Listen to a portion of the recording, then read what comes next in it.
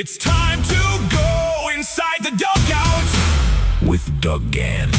Guys, welcome back to another episode of the Pelican Sports Report, here live from the dugout. I am Doug Gann, excited to have you in with us for another episode, and you don't want to miss this one. This is going to be a lot of fun. We're visiting with Brame head coach Joshua Edwards, and a difference maker in this area, without a doubt. Coach, welcome. Yes, sir. How you doing? I'm doing well. Look, we talked off air, a lot of topics on there, so you're going to enjoy this, I assure you. But what we're here to talk about today is you've got a great event coming up. It's that Junior High Jamboree, the North versus South. Tell me about that. Yes, sir. So the North versus South, it's a Junior High Jamboree. It's happening August 15th. Kickoff 12 noon. It's 5 North teams and 5 South teams. The 5 North teams are Ruston Middle School, Neville, Calvary Baptist, West Ridge, and Good Hope. Okay. And the 5 South teams, of course, is Brame, Madison Prep, Junior High, Zachary Middle School, and Natchitoches Central and Youngsville. So you're able to get these schools from all over, and all of these schools that you're naming off are schools that we routinely talk about when it gets to playoff time. So what we're seeing are the future stars and the future kids that you're going to read a lot about. Yes, sir. As I talk to the coaches, there's a lot of guys on these teams who will be the future of Louisiana football. We have a few ourselves. We're loaded with athletes on our team right now. Right. Yes, sir. So that's going to be August 15th. How were you sitting around and you came up with this idea and said, hey, let's do this? So I'm not going to take all the credit. Zachary Middle School head coach, it's Northwestern. It's called Northwestern Middle School, but we're going to go with Zachary Middle School because they feeds into Zachary. And these are feeder schools for these big programs. Yes, so if you don't know a name of a Good Hope or whatever it is, trust that these schools are going into, and we'll talk about that in just a bit too. Yes, sir. So he texted and he was like, man, are you interested in hosting a jamboree? And I was like, I thought about it. And he was like, because y'all the central point for the North and the South. And I was like, yeah, let me think about it. So I started thinking about it from the economic standpoint, if I'm being honest. Absolutely. And so we started talking, and then I started texting different teams, and everybody agreed. And I was like, man, this was easy. That's strange to me, because oftentimes folks don't like to make an adjustment like that too. So how long did it take you just picking up the phone call and they're like, yeah, we're in? So we started talking about it April of this year. Okay. And you're putting it together for August. So that's amazing in itself. Yes, sir. So we started talking about it April of this year. We had to do some logistics. I had to, of course, talk to Coach Bachman, talk to my principal, and make sure they were good with it, of course. And then I started reaching out to vendors, and I got, somebody, Ward Electric. Right. They are sponsoring the hospitality tent, bringing their big tent and taking care of everything. And it started just coming together, and I was like, man, it's going to be a great event. And it's going to be over at Butch Stoker Stadium. It'll be at Ash. Yes, sir. What is it, some of these kids, because a lot of the Brame kids, but some of these others, they'll be playing on that field too in high school too. Yes, sir. So especially the North teams. That's right. They'll visit the stadium throughout high school, even in the playoffs. And so the goal for this is just to get our kids acclimated to playing against teams like that, because they're gonna see them in the future. And so if you start in the 7th and 8th grade, by the time you a senior, you be like, oh, I saw this guy before. I know what he's about. So let's get to it. Isn't that the biggest jump, though, is you get these kids that are at a high level in 7th or 8th grade, but when you move over to 9th, you're playing to get some guys that are grown men. We're working to develop these kids. Right. Like development is key, especially at this level.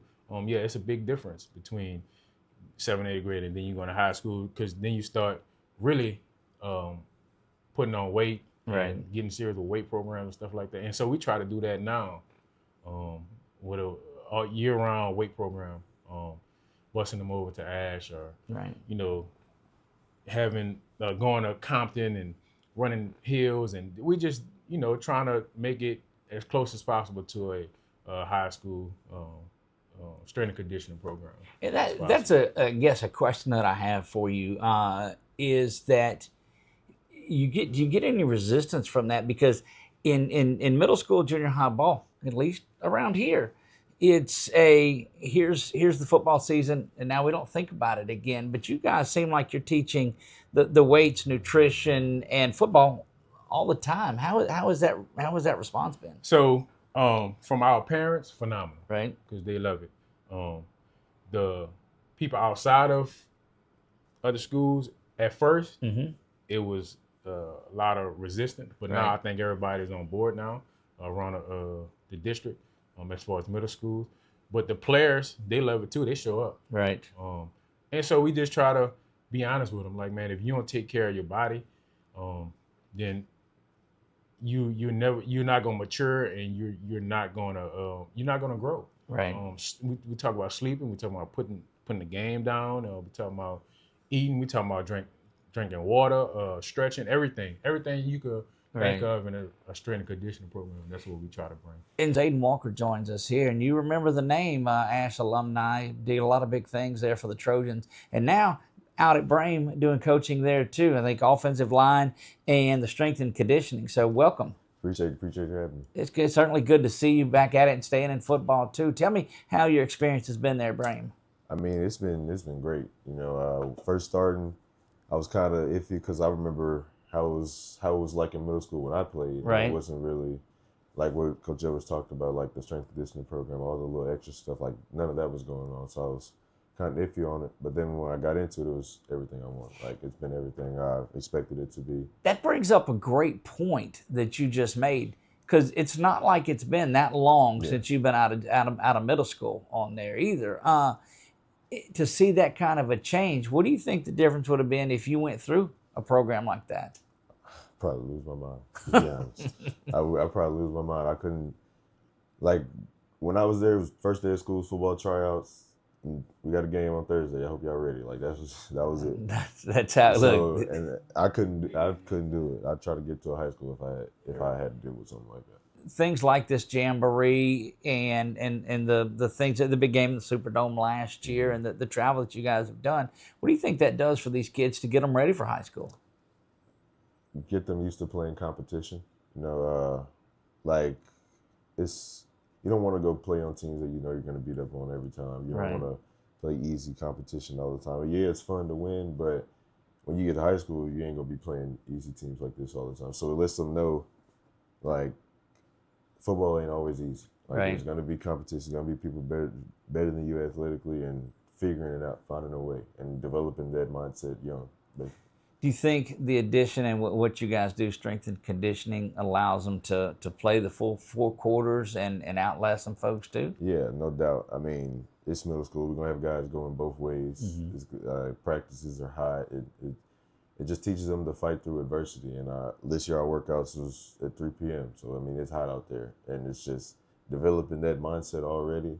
So when it is fourth quarter and you're tired and it's hard, you can still push through because you've done it all year long. Are you able to share some memories with these guys about, hey, look, this is what it's going to be like when you go to high school? Because it's been, I mean, you're from here and been a part of it. Yeah, no doubt. I mean, if I got to, like, correct a kid on about, like, attitude or whatever, or just little things like, and I'd be able to say, like, when you go up the edge, it's not going to slide. So what's the point of waiting until they go up the edge? You know what I'm saying? So let them learn all those little things now.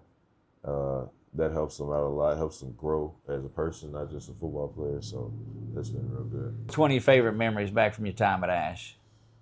I don't always say the Brother Martin game. That was probably my most fun day in high school football. Aiden, we appreciate you, man. It was a pleasure watching you all through high school, and it's great to see that you're giving back and what you're doing with these kids. Appreciate you.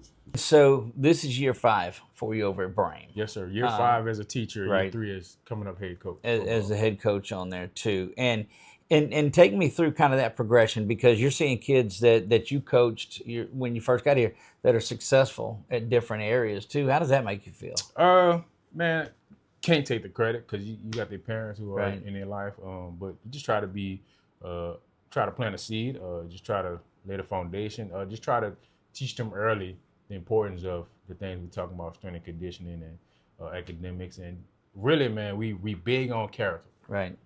How you treat people, how you treat yourself, how you treat your teammates, classmates, teachers, parents, everything. And so we have a good relationship with our parents. Like they could just coach, cutting up, we'll take care of them. So building men. That's a breath of fresh air because a lot of times you just don't see it. And so all right, so one of the coaches at Brame is Jermaine Minor, and Jermaine joins us here. And Coach, welcome. Yes, sir. Thank you. So Thank you you handle. for having me. Oh, absolutely. So you handle the defensive side of it. Yes, sir. All Yes, right, sir. tell us a little bit about that. We run a basic defense, basic but effective. Right. And run a 4-2-5. So play against us. Most people know what we coming with. Right. We keep a lot of athletes on the field or whatever. Keep them not thinking so much, so they can fly around. Right. Fly around. So yeah, it's basic. How have you seen the response to the strength and conditioning and the different programs that you guys have implemented?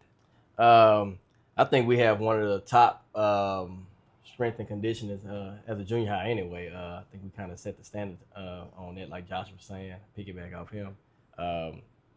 We're working 24/7 around the clock.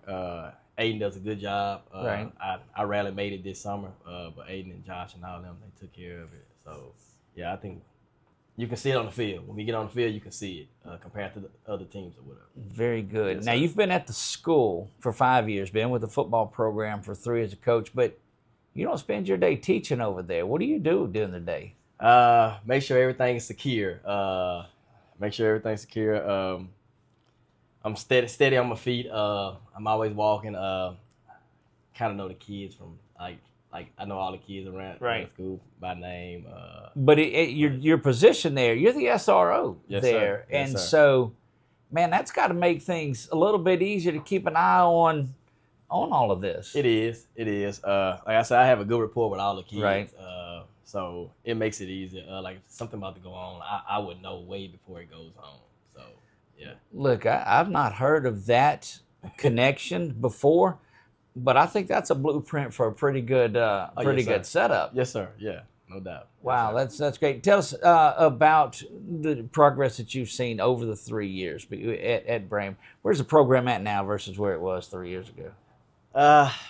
When I first got there, I can say it needed a lot of work when I first got there. Right. Just looking at it, Josh came in with a blueprint Right. and kind of just stuff he brought from where he's from. He's seen a lot of talent, seen a lot of different things, and Right. kind of like showed me like, okay, it's more Right. in junior high football than what I came from, because Right. we wasn't doing all like the workouts through the summer and stuff like that.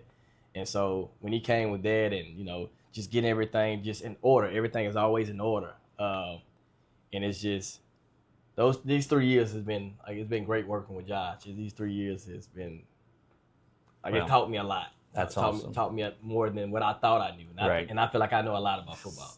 So Look, yeah. that's wisdom. We can all learn a little bit more than we think yeah. we know. Yes, sir. Appreciate you sitting down and visiting Yes, with sir. us, and looking forward to following you guys more throughout the season. Yes, I appreciate it. Applaud what you guys have going on there at Brame and what you're bringing to this area.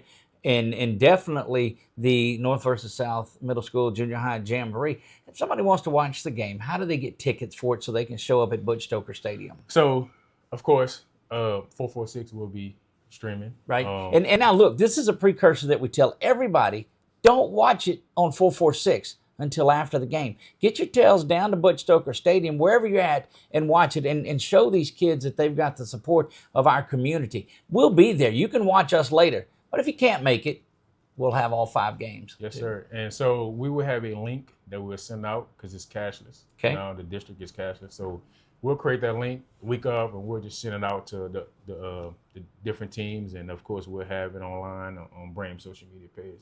Okay, so they'll be able to buy tickets the week of, so that should start around August 7th or 8th or so. Oh, yes, sir. Yes, sir.